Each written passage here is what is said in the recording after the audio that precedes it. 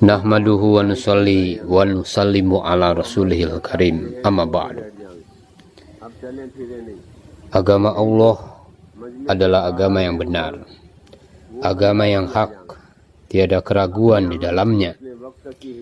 Apabila kita sampai kehilangan atas agama ini, maka akan mengakibatkan kesusahan selama-lamanya. Begitu pula di dalam mengorbankan diri dan harta kita guna mewujudkan agama yang hak ini adalah tanggung jawab setiap orang Islam. Maka bagaimana hal itu bisa kita kesankan benar-benar dalam hati kita? Jadi sudah merupakan satu ketentuan. Kalau sekiranya orang-orang Islam menggunakan harta dan dirinya untuk agama ini, tentu Allah Subhanahu wa Ta'ala akan memberikan kejayaan untuk kita baik di dunia sampai di akhirat. Namun bagi mereka yang tidak menggunakan harta dan dirinya untuk perkara yang demikian, maka tidak ada jaminan bagi mereka kebahagiaan di dunia sampai di akhirat. Maka bagaimana kita usahakan untuk membentuk setiap jiwa orang Islam atau setiap manusia dengan bentukan iman? Hendaklah kita pahami bahwa kehidupan kita yang sementara di dunia ini adalah untuk mempersiapkan kehidupan sesudah mati, yaitu kebahagiaan di akhirat. Maka kehidupan ini bukanlah untuk main-main, bukan untuk bersenda gurau atau untuk yang tidak ada artinya. Tetapi kehidupan yang sementara ini adalah bagaimana membentuk keimanan dalam diri kita dan dalam diri umat semuanya, supaya dengan demikian Allah Subhanahu wa Ta'ala akan memberikan kebahagiaan di dunia dan kebahagiaan serta kejayaan sampai di akhirat kelak. Jadi kehidupan di dunia bukanlah kehidupan yang main-main, yang percuma, tetapi bagaimana kita gunakan harta kita, diri kita, agar mendapatkan kebahagiaan di dunia dan di akhirat. Jadi inilah usaha tabligh. Tujuan usaha tabligh kita yaitu bagaimana semua apa yang diberikan oleh Nabi Shallallahu Alaihi Wasallam, apa yang disampaikan Nabi Shallallahu Alaihi Wasallam itu datang dalam diri kita. Kita amalkan dalam kehidupan sehari-hari. Kemudian setelah kita amalkan dalam kehidupan sehari-hari, kita menyebar ke seluruh dunia dan kita bawa agama ini seperti yang disampaikan oleh Rasulullah Shallallahu Alaihi Wasallam ke seluruh permukaan bumi. Itulah tujuan dari usaha tabligh ini, yang lain tidak. Bersamaan dengan dakwah yang kita kerjakan, pergi kemana-mana, hendaknya kita lihat dalam diri kita sendiri berapa banyak sifat atau agama yang sudah ada dalam diri kita. Sebagaimana pedagang, dia berdagang jual beli kemana-mana sambil berdagang. Dia mengontrol berapa banyak manfaat yang dia dapatkan dari perdagangannya. Jadi kalau sekiranya dia berdagang hanya untuk menjual hasil, tapi tidak ada kemanfaatan bagi dirinya, berarti tidak ada kemanfaatan dalam dagangannya. Jadi ada hal-hal yang hendak kita lihat dari gerak kita pergi kemana-mana. Berapa banyak sudah suasana yang terbentuk, atau berapa banyak hasil dari dakwah kemana-mana ini. Dan juga kita lihat diri kita, sudah berapa banyak agama yang telah kita amalkan atau datang dalam diri kita. Kita juga hendak melihat asbab kemajuan dakwah itu. Apa begitu juga asbab yang memajukan diri kita itu apa? Jadi kita hendak melihat asbab kemajuan dakwah itu apa. Begitu juga asbab yang memajukan diri kita itu apa. Seorang pedagang senantiasa terus memperhatikan asbab untuk atau cara untuk meningkatkan perdagangan dia itu apa. Jadi begitulah da'i-da'i karkun yang ambil usaha dakwah. Dia selalu memperhatikan perkembangan dalam diri dia. Seberapa banyak sifat-sifat berada dalam diri dia. Ketakwaan, rasa takut kepada Allah Subhanahu wa taala. Kemudian adanya keinginan untuk berkorban sejauh mana sudah tertanam dalam dirinya. Kemajuan usaha kita dapatkan sejauh mana usaha tersebut kita jalankan ke dalam diri kita. Sebagaimana halnya mangga, kita lihat warnanya, kulitnya, dan kita cium bau yang datang dari dalam kulitnya. Maka bila baunya enak, maka kita pun ingin makan mangga itu. Seperti buah, kalau ada sifat yang baik dalam buah itu, maka orang akan suka untuk membeli dan diekspor kemana-mana. Begitu juga Allah Subhanahu wa taala akan melihat orang-orang yang beriman. Allah Subhanahu wa taala akan melihat da'i-da'inya. Allah Subhanahu wa taala akan melihat karkun-karkunnya, sejauh mana sifat-sifat yang ada dalam dirinya. Maka Allah Subhanahu wa taala akan kirim dia kemana-mana. Tapi bila sifat-sifat itu tidak ada, walaupun dia gerak dan gerak hingga dia lupa akan dirinya sendiri, maka dia hanya berpikir memperbaiki orang lain. Dan dia merasa bahwa yang namanya tabligh itu adalah baik bayan, ceramah, takrir. Itulah yang namanya dakwah. Dan itu merupakan satu tipuan. Dan kesan pembicaraannya kurang sekali. Saudara-saudara dimuliakan Allah. Jadi untuk itulah kita senantiasa melihat kepada sifat dalam diri kita, sejauh mana ada perbaikan.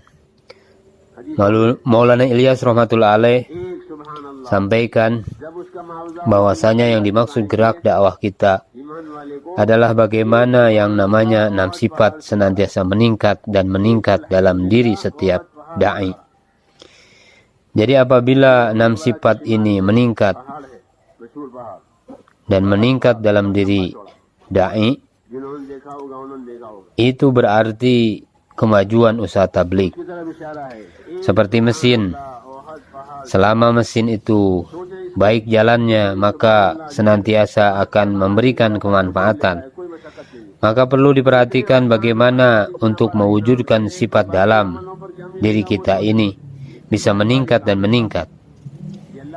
Dan dalam diri kita sendiri rasa takut kepada Allah Subhanahu wa taala semakin meningkat. Dan dengan meningkatkan rasa takut kepada Allah Subhanahu wa taala inilah menunjukkan ciri iman seseorang meningkat. Maka kalau yakin dan imannya meningkat, rasa takut meningkat, maka pasti pengorbanannya ikut meningkat. Kalau tidak, maka pengorbanannya sedikit tapi pembicaraannya banyak. Kita lihat bagaimana sirah sahabat radhiyallahu anhum. Permulaan hidup mereka penuh dengan susah payah, dan demi agama ini mereka siap menanggung penderitaan. Maka apabila kita bawa agama ini dengan penderitaan dan siap menderita untuk agama, maka Allah Subhanahu wa taala akan senantiasa menolong kita.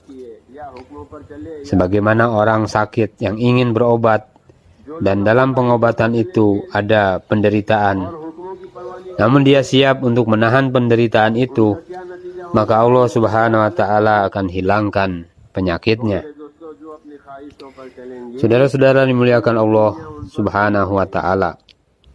usaha dunia dan segala macam pergerakan di dunia ini adalah memiliki cara tersendiri, dan usaha Nabi Shallallahu Alaihi Wasallam pun memiliki cara tersendiri. Usaha-usaha yang lain atau gerakan-gerakan yang lain di dunia ini, mereka senantiasa berusaha untuk meningkatkan diri mereka sendiri dengan mengambil manfaat dari orang lain. Sedangkan usaha Nabi Shallallahu Alaihi Wasallam sama sekali tidak mencari untung dari makhluk, tidak minta harta dan pujian. Jadi apapun tidak dimintakan kepada makhluk, dan apapun dia tidak minta dan berharap kepada makhluk. Bahkan harta dan dirinya dia gunakan untuk mendekatkan dirinya kepada Allah Subhanahu wa Ta'ala.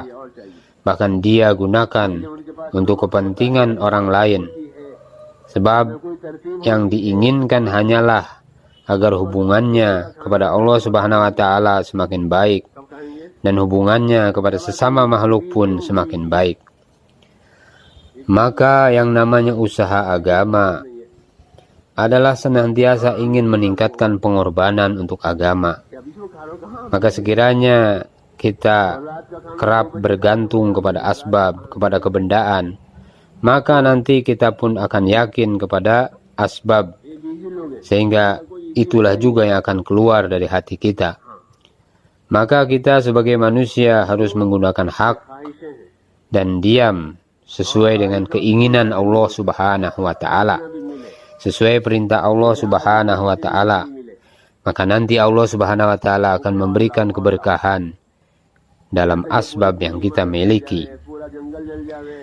Para sahabat tahu bahwa yang namanya agama itu hak, maka mereka telah gunakan harta dan dirinya untuk agama. Dan juga para sahabat radhiyallahu anhum kerja untuk agama, tetapi mereka tidak meninggalkan usaha keduniaan mereka sehari-hari. Orang-orang muhajirin, mereka kerja agama, tapi mereka juga berdagang. Dan orang-orang ansar, mereka kerja agama, tapi juga kerja di pertanian mereka. Dalam pekerjaan keduniaan mereka tadi, mereka letakkan semua hukum-hukum Allah Subhanahu wa Ta'ala, dan mereka gunakan untuk kepentingan agama. Maka akhirnya hukum-hukum Allah Subhanahu wa Ta'ala wujud dalam setiap pekerjaan mereka masing-masing, dan agama juga telah tersebar ke seluruh dunia karena mereka mempergunakan uangnya untuk agama. Demikian juga pekerjaan mereka untuk agama. Para sahabat radhiyallahu anhum dalam setiap kesempatan selalu menyebarkan agama, dan keyakinan kepada kebendaan telah keluar dari hati mereka karena mereka senantiasa mendakwahkan agama. Maka karena para sahabat radhiyallahu anhum tadi lagi dan lagi menyempurnakan takaza agama, walaupun dunia semakin datang kepada mereka, tetapi keyakinan akan asbab tadi semakin keluar dari hati mereka. Maka kalau pekerjaan dakwah ini kita kerjakan, maka akan menjadi contoh bagi orang lain. Kalau tidak, maka orang lain akan mengira bahwa tabligh itu suatu kelompok manusia yang tidak bisa diikuti. Kalau usaha dakwah ini dikerjakan sebagaimana dikerjakan para sahabat, maka dia akan menjadi contoh bagi orang lain, sehingga orang lain akan berbondong-bondong masuk masjid. Saudara-saudara dimuliakan Allah SWT, maka untuk meningkatkan usaha agama ini perlu kita tambahkan pengorbanan kita, dan bukan berarti dengan menambah pengorbanan kita lalu kita tinggalkan pekerjaan dunia atau tidak ingin bekerja sama sekali. Bukan itu tujuannya. Sahabat Abu Bakar radhiyallahu anhu setelah dimusyawarahkan dan diangkat menjadi khalifah, pada hari kedua pergi ke pasar untuk berdagang, dan orang-orang pun bertanya kepada dia akan pergi. Maka jawab Abu Bakar bahwa dia akan pergi ke pasar, sebab dia tidak pergi. Jika tidak pergi ke pasar, bagaimana dengan anak dan istrinya? Maka sahabat-sahabat berkata agar hal itu dimusyawarahkan. Syura pun saat itu dimusyawarahkan. Hingga akhirnya para sahabat yang lain memutuskan bahwa untuk keperluan Abu Bakar dan keluarganya diambil dari Baitul Mal. Dan itu pun sangat sedikit jumlahnya. Dan karena itu adalah putusan musyawarah. Akhirnya Abu Bakar radhiyallahu anhu bersedia untuk tidak mengurusi perdagangan. Abu Bakar menjadi khalifah selama 2 tahun. Dan ketika akan wafat, dia menanyakan berapa banyak uang negara yang sudah ia pakai. Ia katakan bahwa hartanya yang tersisa dijadikan pengganti uang yang sudah ia pakai.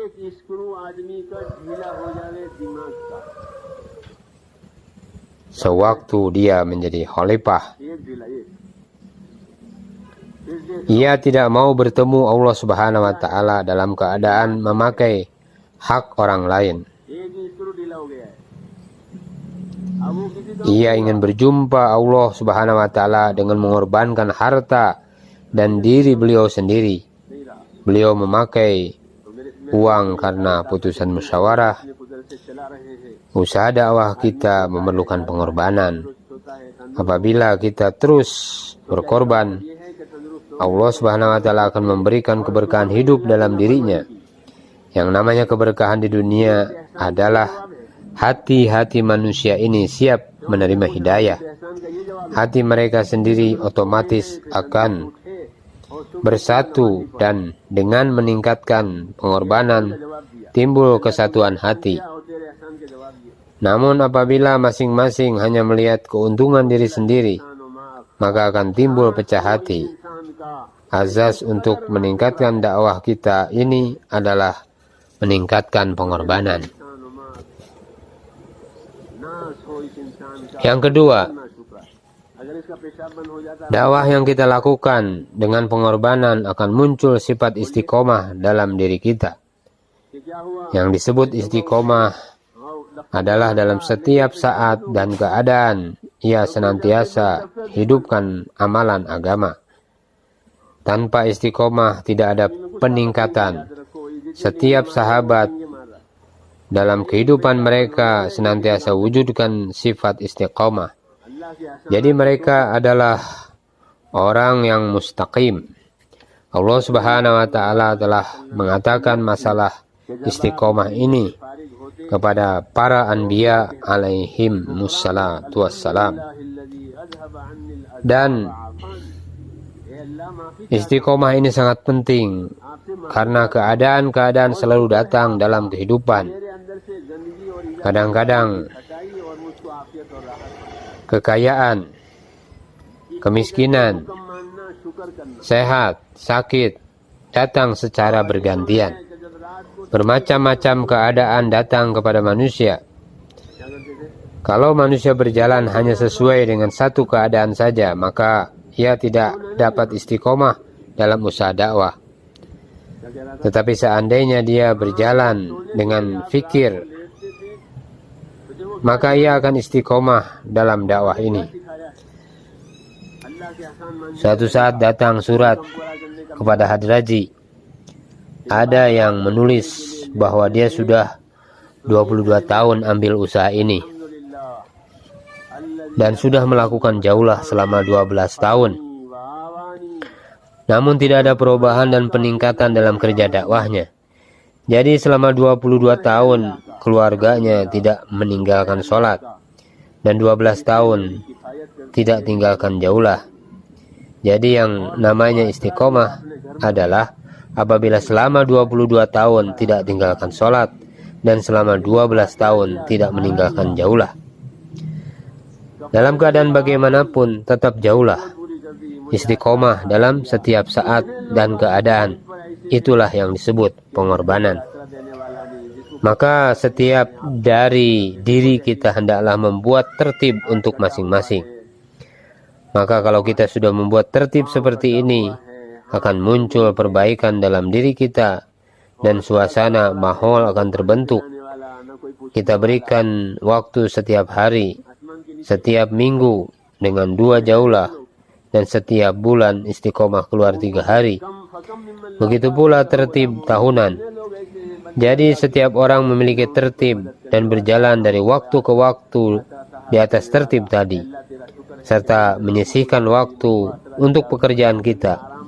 Apabila sudah bekerja dengan waktu yang telah ditentukan, maka pekerjaan pun akan terbentuk. Setelah istiqomah, perlu dipikirkan lagi bagaimana menambah pengorbanan lagi. Dia sudah memberikan masa 40 hari setiap tahun selama 10 tahun, dan cukup sampai di situ saja tanpa adanya peningkatan. Masing-masing memikirkan perdagangannya sendiri-sendiri. Begitu pula kita memikirkan bagaimana untuk menambah masa pengorbanan dalam dakwah ini. Maka peningkatan dan perkembangan dalam usaha dakwah ini akan senantiasa ada.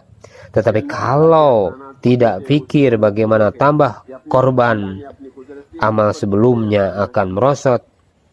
Dan masalah itu yang kebanyakan terjadi pada saat ini.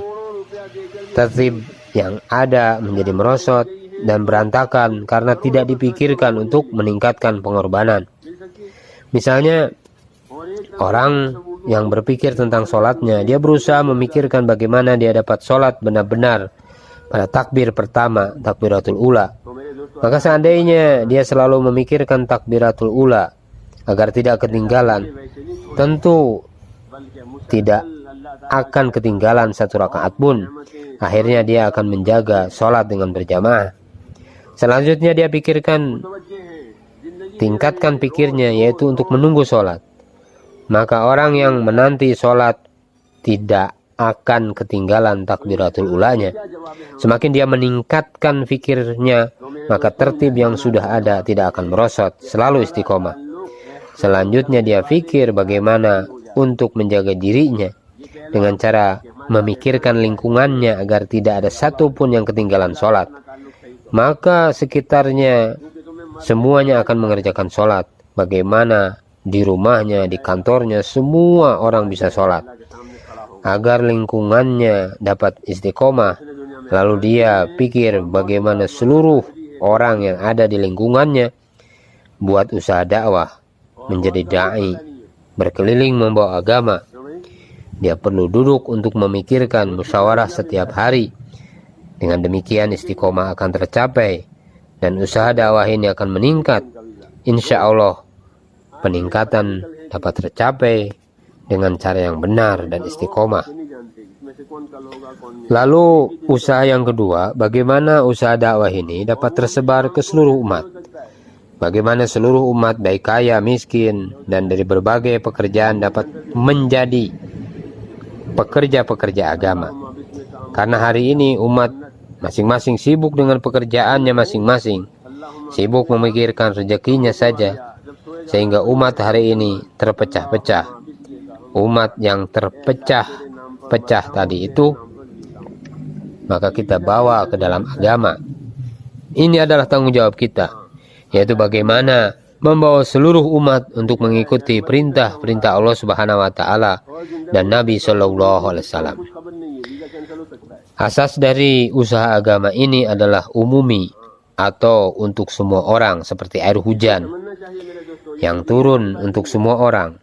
Maka Nabi sallallahu alaihi wasallam sabdakan, perumpamaan ilmu dan hidayah yang diberikan kepada saya, di mana saya diutus dengannya, adalah seumpama hujan yang turun dari langit. Jadi air hujan kemana-mana akan tercurah, bahkan ke lautan sekalipun, di atas gunung-gunung, di kebun-kebun, sawah, jalan raya, dan atap rumah. Begitulah usaha dakwah ini hendaklah turun menyeluruh untuk seluruh kawasan manusia. Jadi bukan hanya untuk satu kelompok dan bukan hanya satu tempat saja. Bila hujan hanya turun di satu tempat saja, maka akan terjadi kekurangan di lain tempat. Padahal Allah Subhanahu wa taala menjadikan Nabi sallallahu alaihi wasallam sebagai rahmatan lil alamin. Bagaimana seluruh dunia ini menjadikan Nabi sallallahu alaihi wasallam betul-betul sebagai rahmat. Kalau kita memikirkan bagaimana untuk mengumpulkan orang dari seluruh lapisan masyarakat, dengan sendirinya Allah Subhanahu wa Ta'ala akan menyatukan umat ini.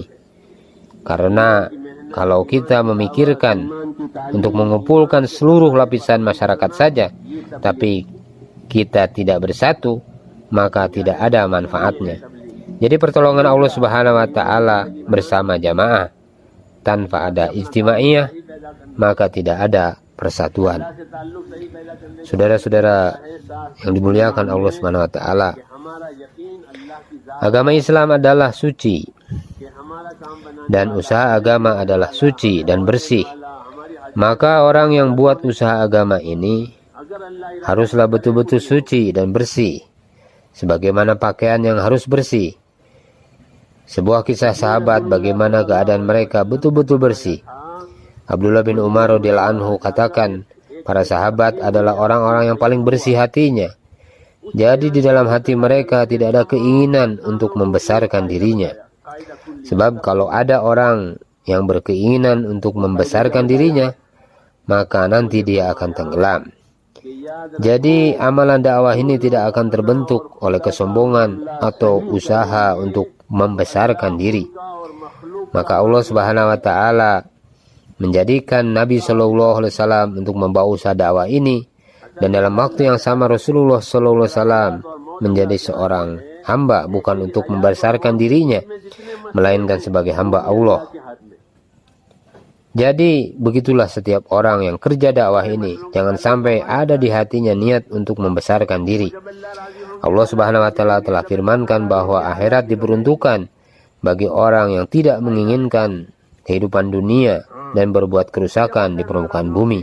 Allah Subhanahu wa Ta'ala menjadikan akhirat bagi orang-orang muttaqin. Maka hendaklah kita benar-benar menjadi seorang hamba yang merendahkan diri kita, maka nanti dakwah kita akan berjalan. Demikian pula jangan sampai kita memaksakan pendapat kita, dan bila pendapat orang lain itu benar, jangan sampai kita menolak. Inilah tanda bersihnya hati seseorang, sebagaimana keadaan para sahabat radhiyallahu anhum. Hati mereka bersih dari cinta dunia. Jadi tidak ada perasaan terhadap dunia di hati mereka. Bahkan mereka korbankan harta dan dirinya untuk kehidupan akhirat. Maka itulah sahabat dikatakan memiliki hati yang bersih. Dan karena bersihnya hati mereka, akhirnya satu sama lain ingin saling membesarkan orang lain. Abu Bakar radhiyallahu anhu mengatakan bahwasanya kalau untuk menjadi amir, maka Umar lebih pantas sebagai amir. Abu Bakar radhiyallahu anhu juga mengatakan bahwa Abu Ubaidah radhiyallahu anhu lebih pantas menjadi amir. Sebaliknya Abu Ubaidah radhiyallahu anhu mengatakan sementara Abu Bakar ada, siapa yang berani mendahului Abu Bakar? Sedangkan beliau diangkat menjadi imam oleh Nabi Shallallahu Alaihi Wasallam ketika Nabi Shallallahu Alaihi Wasallam masih hidup. Umar mengatakan bahwa jika Abu Bakar masih ada, kalau saya dipilih menjadi amir, maka mati lebih baik bagi saya. Nah, inilah ciri hati yang bersih. Maka dakwah tabligh ini akan terus meningkat. Bukan berarti tabligh tidak meningkat lagi kalau bermoto saya ini yang besar, yang lainnya disingkirkan. Itu bukan amalan kita. Itu adalah pekerjaan setan. Setan mengatakan saya lebih baik dari Adam. Allah perintahkan agar dia sujud kepada Adam, tetapi dia mengatakan tidak mau, saya lebih baik daripada dia. Bagaimana saya mau bersujud? Orang yang merasa dirinya baik adalah perbuatan setan. Merasa orang lain lebih baik daripada dia, inilah pekerjaan para anbiya alaihi salam. Apabila kita senantiasa melihat kelebihan orang lain, nanti amal dan dakwah kita akan meningkat. Maulana Ibrahim selanjutnya mengatakan bahwa sifat yang keempat adalah memberi ikram, memuliakan, bukan meminta ikram. minta dimuliakan. Sebab kalau orang minta diikram, akan timbul pertentangan dan permusuhan yang besar. Dakwah tidak akan berjalan lewat orang-orang yang minta diikram, tetapi hanya melalui orang-orang yang senantiasa mengikram orang lain. Dakwah ini akan tetap berjalan. Orang yang minta diikram akan timbul perkelahian. Kalau sudah terjadi perkelahian, dakwah tidak terbentuk. Akhirnya timbul keresahan dan kegalauan. Nabi SAW menyatakan Allah Subhanahu wa Ta'ala tidak akan menyesatkan suatu kaum kecuali telah memberikan kepada mereka sifat membunuh, suka berkelahi dan berdebat. Jadi kalau kaum ini sudah berkelahi satu sama lain, berdebat satu sama lain, maka mereka pun akan disesatkan oleh Allah Subhanahu wa Ta'ala. Kalau perkelahian dan perselisihan itu terjadi, yaitu jika masing-masing menginginkan ikram, masing-masing menginginkan ingin dimuliakan, tetapi jika sekiranya dia suka untuk memberikan ikram, maka segala potensi-potensi dan kelebihan-kelebihan orang akan terkumpul dalam usaha dakwah ini. Jadi dalam dakwah ini kita hendaklah belajar bagaimana memberikan ikram. Jadi sejauh mana sifat keempat ini benar, maka dakwah dengan tertib yang benar akan terbentuk. Jadi yang dimaksud dengan sifat keempat itu adalah apa yang dia sukakan untuk dirinya, dia sukakan juga untuk orang lain. Dan apa yang dia tidak sukakan untuk dirinya, maka dia tidak akan sukakan juga kepada orang lain. Maka itulah yang namanya keadilan. Dan yang lebih tinggi daripada itu adalah selain adil adalah ihsan, yaitu bagaimana diri dia digunakan untuk orang lain. Inilah akhlak para nabi. Jadi orang-orang menyiksa beliau, tetapi beliau bahkan mendoakan orang tersebut. Saudara yang dimuliakan Allah Subhanahu wa Ta'ala, Maulana Inamul Hasan rahmatullah alaih lagi dan lagi mengatakan bahwasanya kita mengerjakan pekerjaan ini hendaklah sambil kita kerja, kita kecilkan diri kita. Kita merasa yang terkecil dalam dakwah ini, dan Allah Subhanahu wa Ta'ala meletakkan kemuliaan dalam amal ini, tapi kita jangan mencari kemuliaan. Jadi tidak menginginkan kemuliaan dari orang, tidak menginginkan harta mereka, bahkan kita menginginkan kemajuan bagi teman-teman kita. Sebagaimana Abu Bakar As-Siddiq radhiyallahu anhu yang memajukan Umar radhiyallahu anhu, begitu juga Abu Ubaidah radhiyallahu anhu dimajukan beliau. Sedangkan orang-orang dunia berprinsip lain, yaitu saya tetap, orang lain jangan tetap, singkirkan. Jadi inilah jalan kita, ikramul muslimin, yaitu ingin menjadi orang yang betul-betul memberikan ikram kepada orang lain. Jadi kalau kita sudah menetapkan untuk mengikram orang lain, apakah kita sudah mengikram saudara-saudara kita sendiri dalam jamaah? Bagaimana? Teman-teman kita ini selalu bersama kita 24 jam, bahkan setiap hari, bertahun-tahun bersama kita dalam pengorbanan. Kita menganjurkan untuk ikram pada orang lain, bahkan orang-orang yang berdosa pun diikram juga. Maka teman-teman yang bersama-sama kita, sudahkah kita ikram? Saudara-saudara yang dimuliakan Allah Subhanahu wa Ta'ala, kalau ikram ini ada dalam kehidupan kita, maka sebanyak manapun fitnah-fitnah yang ada selama ini, semuanya akan hilang dengan sendirinya. Maulana Ilyas rahmatullah alaih katakan bahwasanya bila kamu berbuat baik kepada orang lain, maka orang lain itu akan berbuat baik kepada kamu sebagaimana kamu berbuat baik kepada mereka. Untuk itulah sebelum kita bermuamalah, bergaul kepada orang lain, hendaklah kita pikirkan dalam-dalam, karena sebagaimana kita berbuat kepada orang lain, maka orang lain pun akan berbuat seperti itu juga pada diri kita. Dan itulah yang disebut husnul mu'asyarah. Mu'asyarah yang baik adalah berbuat baik kepada orang lain, dan kita mesti paham dengan derajat masing-masing sehingga kita mudah bergaul kepada mereka sesuai dengan derajatnya. Nabi SAW bersabda, letakkanlah manusia sesuai dengan kedudukannya. Dengan demikian, bila unsur mu'asyarah ada dalam diri kita, maka hati kita pun senantiasa akan bersatu. Dengan adanya kesatuan hati, segala kerusakan demi kerusakan nanti akan menyembunyikan dirinya sendiri. Segala kebaikan demi kebaikan nanti akan muncul. Kalau hal itu tidak ada, mu'asyarah tidak ada, maka hati pun akan pecah. Bila hati sudah pecah, kejelekan-kejelekan pun akan datang. Dakwah ini akan jatuh, dan orang-orang yang buat dakwah akan jatuh dalam pandangan manusia.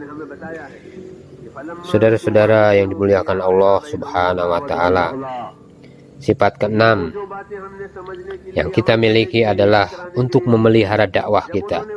Jadi perintah-perintah Allah Subhanahu wa Ta'ala ada yang berhubungan dengan ibadah, memperbaiki ibadah, dan ada juga yang berhubungan dengan mu'asyarah, berbuat baik kepada sesama, memberikan hak orang lain. Di antara perintah itu, jika sekiranya ada dosa-dosa atau kesalahan-kesalahan orang, tutupi kesalahan tersebut, sembunyikan aib orang itu, kemudian perbaiki secara sembunyi. Jangan sampai diketahui orang banyak, tapi menyendiri, sehingga suasana keburukan itu tidak tersebar dan tidak kita sebutkan satu dengan yang lain. Sayyidina Umar radhiyallahu anhu mengatakan bahwa matikanlah kebatilan-kebatilan ini dengan tidak menyebutkannya. Tapi kalau kita sebutkan, maka keburukan akan tersebar. Lingkungan pun akan rusak karena lingkungan ini bergerak terus. Dakwah ini akan membentuk keadaan yang baik. Penting sekali bagi kita menjaga lingkungan. Kalau sekiranya tidak ada usul, maka pertolongan Allah Subhanahu wa Ta'ala tidak akan datang. Kalau sekiranya tidak ada tertib, maka pertolongan Allah Subhanahu wa Ta'ala akan datang. Bila pertolongan Allah Subhanahu wa Ta'ala terhenti, maka hati akan terpecah-pecah. Jika hati tidak bersatu, maka penting sekali masing-masing dari diri kita bertobat dan beristighfar. Karena pecahnya hati ini merupakan pengaruh dari adanya dosa-dosa. Ini merupakan usul, ini merupakan undang-undang, ini merupakan tertib dari Allah Subhanahu wa Ta'ala. Bila dakwah ini dikerjakan tanpa usul yang benar, tanpa tertib yang benar, akan berdosa dan akan menimbulkan hati kita terpecah-pecah. Hal itu sudah terjadi pada umat sebelumnya. Ketika mereka berjalan tanpa tertib yang benar, tanpa usul yang benar, tanpa manhaj yang benar, hati mereka menjadi pecah, akhirnya bermusuhan. Allah Subhanahu wa Ta'ala telah mengatakan bahwa mereka yang telah mengatakan, kami adalah orang-orang yang bersilaturahim dan berjalan di atas agama Isa alaihissalam dengan menjalankan usul tersebut, usul-usul dan sebagainya, kemudian mereka melupakan usul tersebut, maka Allah Subhanahu wa Ta'ala jadikan mereka berpecah belah sampai bermusuhan satu dengan yang lain di antara mereka. Ini adalah ganjaran atau hukuman atas mereka. Masyarakat Madinah sebelum datangnya Islam saling bermusuhan. Ketika mereka menjumpai Nabi SAW di Mina, kemudian berbaiat dan pulang, lalu kerja agama dengan usul yang benar seperti yang telah diberikan oleh Nabi SAW, akhirnya Allah Subhanahu wa Ta'ala menyatukan hati mereka. Akhirnya orang-orang Madinah bersatu sebagaimana firman Allah Subhanahu wa Ta'ala. Dan ingatlah nikmat-nikmat yang telah Allah Subhanahu wa Ta'ala berikan kepada kalian ketika kalian bermusuhan, maka Allah Subhanahu wa Ta'ala satukan hati-hati kalian, kemudian menjadi orang yang bersaudara.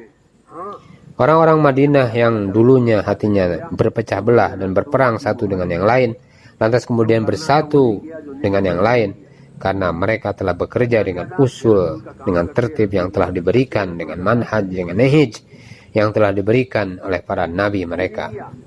Itulah keadaan kita. Maka bila kita berjalan sebagaimana usul, sebagaimana tertib, sebagaimana manhaj, sebagaimana nehij, sebagaimana usul Nabi Shallallahu Alaihi Wasallam, maka dakwah Nabi Shallallahu Alaihi Wasallam akan lestari. Satu usul dakwah kita adalah musyawarah. Melalui musyawarah ini kita lihat potensi dan kelebihan orang lain, lalu kita letakkan dalam agama. Allah Subhanahu wa Ta'ala sendiri yang menguji mereka yang bermusyawarah dalam memutuskan perkara-perkara mereka, dan dari apa yang Allah Subhanahu wa Ta'ala berikan kepada mereka yang mereka gunakan untuk agama. Ingatlah bahwa kita tidak berhajat kepada harta orang lain, tetapi kita memerlukan kelebihan dan kebolehan mereka. Kelebihan orang itu kita letakkan dalam agama. Kita memerlukan pendapat mereka. Nabi SAW adalah seorang manusia yang menerima wahyu, tapi beliau juga diperintahkan untuk bermusyawarah dengan para sahabat radhiyallahu anhum. Bahkan Allah Subhanahu wa Ta'ala telah memberikan akal yang sempurna. Sebenarnya Nabi SAW tidak memerlukan pendapat orang lain, tetapi beliau masih meminta pendapat orang lain. Bahkan Allah Subhanahu wa Ta'ala sendiri yang memerintahkan Nabi SAW untuk bermusyawarah dengan mereka. Maka sekiranya Nabi SAW mengambil pendapat dalam musyawarah dengan sahabat, maka jadilah ini sunnah. Hendaklah kita senantiasa mengambil pendapat saudara-saudara kita dan panggil mereka untuk bermusyawarah dengan mereka. Kita muliakan dan hargai pendapat mereka. Amal dakwah ini akan berjalan terus melalui ikram dan ihtiram. Dan bila kita ikram dan ihtiram terhadap pendapat orang lain, maka dakwah akan terus meningkat dan meningkat. Tapi jika sekiranya di hati kita ada takabur, maka orang pun tidak akan menghormati pendapat orang lain. Maka satu sama lain akan saling menghinakan sebab sifat takabur. Karena takabur ini cepat sekali datangnya. Setan takabur, maka dia dihinakan. Pekerjaan setan adalah berusaha memperlihatkan kejelekan-kejelekan orang lain dan memperlihatkan kebaikan diri sendiri. Maka orang yang melihat kejelekan-kejelekan orang lain berarti ada keburukan dalam dirinya sendiri. Makanya diperlihatkan kejelekan-kejelekan orang lain pada dia, yang berarti terputus persaudaraannya. Dakwah kita ini bukan untuk memutus orang lain, tetapi untuk menyatukan. Kita berusaha untuk menghubungkan diri kita dengan Allah Subhanahu wa Ta'ala dan sesama manusia. Jika dalam diri kita ada keinginan untuk memutus, maka kita akan terputus. Akhirnya tidak ada keinginan untuk berbuat kebaikan atau ingin berbuat tidak baik pada orang lain. Akhirnya tidak ada keinginan untuk berbuat kebaikan atau ingin berbuat tidak baik pada orang lain. Sayyidina Ali katakan, saya sudah meyakini kematian saya ketika Utsman radhiyallahu anhu terbunuh.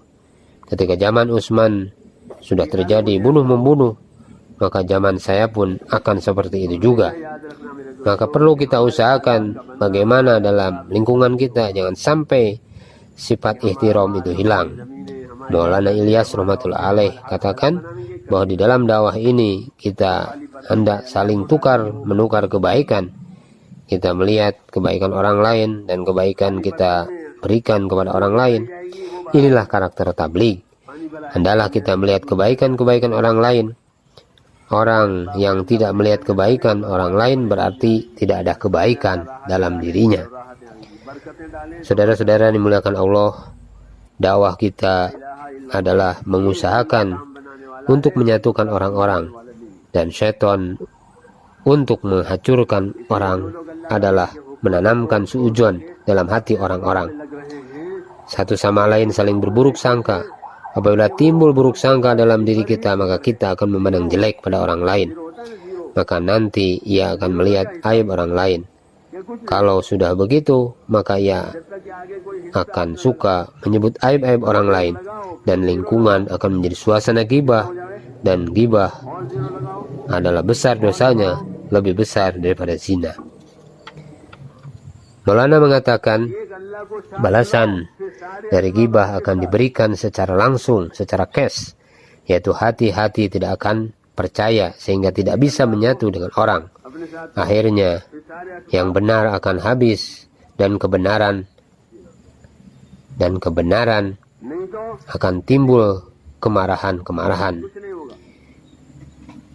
Jadi di dalam kebenaran akan timbul kemarahan-kemarahan. Jadi hati-hati tidak.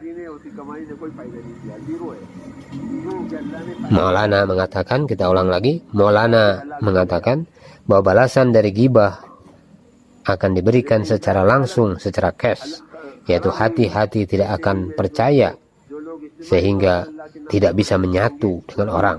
Akhirnya yang benar akan habis dan dalam kebenaran akan timbul kemarahan-kemarahan. Kalau di dalam yang hak timbul kemarahan, maka tidak ingin lagi memberikan nasihat kepada orang lain. Dalam hati pun semakin lama semakin rusak. Contohnya api yang merusak segala sesuatu yang berada di dalamnya. Kalau di dalam hati sudah rusak, maka akan timbul fitnah. Dan fitnah ini adalah asbab kesesatan. Pada zahirnya seperti tidak ada apa-apa, tetapi justru itulah sebabnya terjadi kesesatan. Allah Subhanahu wa Ta'ala memerintahkan agar hendaknya kalian saling memaafkan dan berbuat baik kepada orang lain. Kalau sudah saling memaafkan, berbuat baik satu sama lain, hati akan menjadi bersih. Nabi SAW bersabda, agama itu adalah ingin menyampaikan kebaikan kepada orang lain, maka disebut orang yang beragama. Kalau orang menginginkan kebaikan dalam dirinya dan untuk orang lain, maka inilah tanda-tandanya ciri keagamaan dalam diri orang itu. Oleh karena itu kita melatih diri keluar di jalan Allah Subhanahu wa Ta'ala untuk mendapatkan sifat itu. Dalam setiap takaza lagi dan lagi kita buat usaha di atas semua lapisan masyarakat dan kita melihat kebaikan orang lain. Kalau usaha kita ini umumi, maka mijaz kita akan terbentuk. Karakter dakwah kita adalah umumi. Kita bawa jamaah untuk berkeliling, untuk menjumpai orang Islam, sehingga timbul kebaikan pada diri kita. Jika tidak, maka akan berbahaya. Karena sekarang zaman istiqbal, penerimaan jemaah, dan semua orang saat ini ingin diikram. Jadikan saya ahli suro, jadikan saya penanggung jawab semidar, jadikan saya pemimpin, jadikan saya amir. Itu bukan jalan kita, tapi cara kita adalah mengecilkan diri kita dan membesarkan orang lain. Maka nanti akan terjadi kesatuan seperti orang-orang Ansor di kota Madinah. Di antara mereka akhirnya bermusuhan, di antara mereka akhirnya permusuhan hilang. Akhirnya mereka bersatu. Allah Subhanahu wa Ta'ala mengambil mereka untuk nusroh agama, dan dari Madinah tersebar agama ke seluruh alam. Nabi SAW mendoakan orang-orang Ansor di kota Madinah, ya Allah, berikanlah pengampunan bagi orang-orang Ansor dan anak-anak mereka. Orang-orang yang nusroh mendapat doa. Karakter orang-orang Ansor adalah mengerjakan pekerjaan-pekerjaan yang berat-berat, sedangkan yang ringan-ringan diserahkan kepada orang lain. Inilah pujian Nabi SAW kepada mereka. Sabdanya, aku tahu orang-orang Ansor, jika ada pekerjaan-pekerjaan yang berat, mereka berkumpul untuk mengerjakannya, dan apabila ada pekerjaan yang ringan, mereka berikan kepada orang lain. Ada hal-hal yang nikmat dan menyenangkan, mereka berikan kepada orang lain. Ketika datang harta dari Bahrain, orang Ansor datang dan menghadap Nabi SAW dan memberikan harta mereka kepada orang Muhajirin. Hal-hal yang manis diberikan kepada orang-orang Muhajirin, dan yang payah atau yang berat mereka kerjakan sendiri. Dalam perang Khandaq, orang-orang Ansor berkumpul mengambil sendiri bagian mereka. Setelah mereka mengerjakan parit, bagian mereka selesaikan, mereka pergi mencari pekerjaan lain. Siap, yang belum selesai akan kami bantu. Inilah sifat orang Ansor. Nabi SAW telah bersabda, orang-orang Ansor telah menahan diri dari meminta-minta. Hati mereka bersih dan suci, niat mereka suci, tidak ada rasa tamak tidak ada rasa mengeluh. Mereka bersabar, walaupun pekerjaan-pekerjaan itu sangat berat, tetapi telah tetap dikerjakan oleh mereka. Asbab pekerjaan orang Ansor inilah Islam telah tersebar ke seluruh penjuru dunia. Kita bersilaturahmi ke seluruh dunia secara istiqomah, menjelaskan hakikat dari amalan ini. Serta lagi dan lagi kita datang ke masyaikh untuk bertanya ke orang-orang lama dalam usaha ini. Tetapi kalau dia tidak mau datang dan tidak mau bertanya, serta telah merasa dirinya benar, telah merasa dirinya besar, nanti akan terjadi perkelahian satu dengan yang lain. Bila terjadi perkelahian, maka rasa beragama atau seagama akan hilang dari dalam kehidupan. Hendaklah kita pikirkan bagaimana dakwah kita ini jalan dalam satu cara saja. Tapi kalau kita ingin merubah cara dakwah, maka nanti dakwah kita tidak akan lestari. Seluruh dunia dengan satu cara kerja sebagaimana azan yang dikumandangkan di mana-mana sama. Tapi kalau azan sudah berubah, maka umat akan terpecah-pecah dan bukannya menjadi asbab hidayah, tetapi bisa menjadi asbab perpecahan dan datangnya azab Allah Subhanahu wa ta'ala.